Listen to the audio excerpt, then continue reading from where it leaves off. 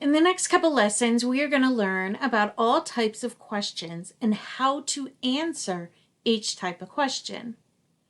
We will begin with a lesson on asking questions before, during, and after reading to encourage us to ask questions as we read. We will also learn about QAR, which is question, answer, relationship. QAR will focus on how to find and answer explicit questions using complete sentences. Lesson 1. What are some question words? Brainstorm all the words you can think of that you see in sentences or that you use.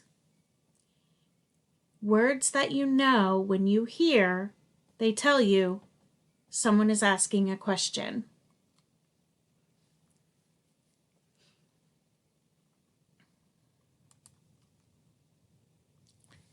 When we look at questioning, whether we're questioning people or we're coming up with questions out of our books, or Mrs. Pluta is asking you questions on different types of assessments, it is really asking questions of different types is the most important reading comprehension strategy that you are going to learn. When we ask questions while we're reading, it helps readers set a purpose before reading and have a clear focus for diving into the text. So this is great if you're thinking about a research. If you want to know a research question and you have a question, you know exactly what you're looking for, and you're looking for that answer. It also activates background knowledge before you read. So when you look at something, you're like, oh, okay, I can relate to that because, and so then you start thinking like, well, I wonder what's going to happen. I wonder how it's going to end. I wonder what they're going to do to solve it. Or you're thinking, this is great for like the movies when they put out previews where you're like, oh my goodness, I have to find out what happens. So I want to go and watch that movie when it comes out. It helps us monitor our own comprehension and clarify any misunderstandings while we read. And what that means is if we don't understand something and we're asking questions, it might trigger us to go, you know what, I need to reread that and figure out what that means so that I can understand what happens. And while you're doing that, you're making predictions. Okay, you're making predictions before, during, and after.